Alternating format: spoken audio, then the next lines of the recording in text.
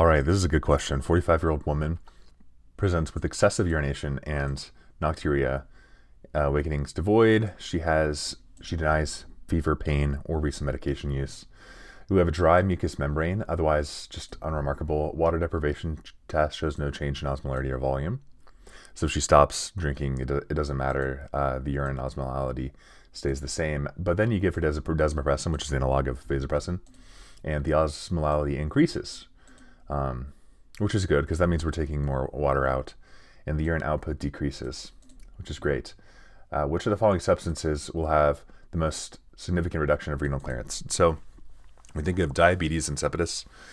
Essentially, what's happening is we're giving them the desmopressin, which is an analog of vasopressin, and it's secondary to deficient vasopressin secretion, like central diabetes insipidus. So vasopressin makes a V2 receptor-mediated increase in water permeability in the cortical and medullary collecting ducts. And so we have to figure out what is going to be decreasing here.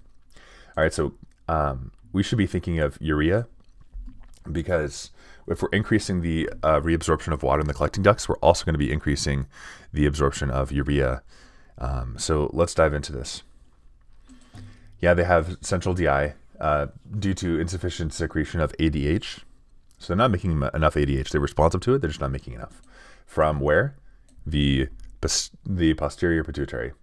That causes impaired renal water absorption and polyuria, nocturia, and all that good stuff that was on the question stem. And we do the water deprivation test, but after we give this DD-VAP, desmopressin, then we see it increase. So it's responding normally. This means central DI, not nephrogenic. If it were nephrogenic, wouldn't change. You can give them all you want, it's just not going to respond. So vasopressin binds to the V2 receptors in the renal collecting ducts to increase water permeability. And there's also these guys, UTA1 and UTA3. These guys are going to upregulate their urea transporters, and so we're going to see a decrease in the urea. Calcium is passively absorbed in the proximal tubules, not affected by ADH.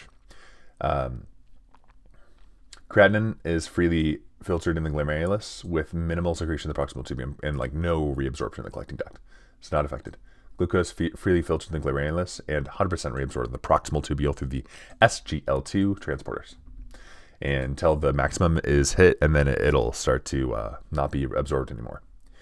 PAH, this is para-aminohypochloric acid.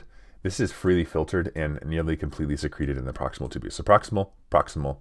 This guy is not reabsorbed in the collecting duct, just minimally secreted in the proximal. And that's why it's a good metric for kidney function. And calcium is just proximal as well. But the urea is affected by the UT1 and 3 receptors. Yeah, there they are, UTA1 and UTA3 receptors. And that's why you'll see a decrease in the urea excretion. So yeah, the renal clearance will decrease because it's going to be absorbed and not excreted. All right, hopefully that was helpful. If it was, like and subscribe.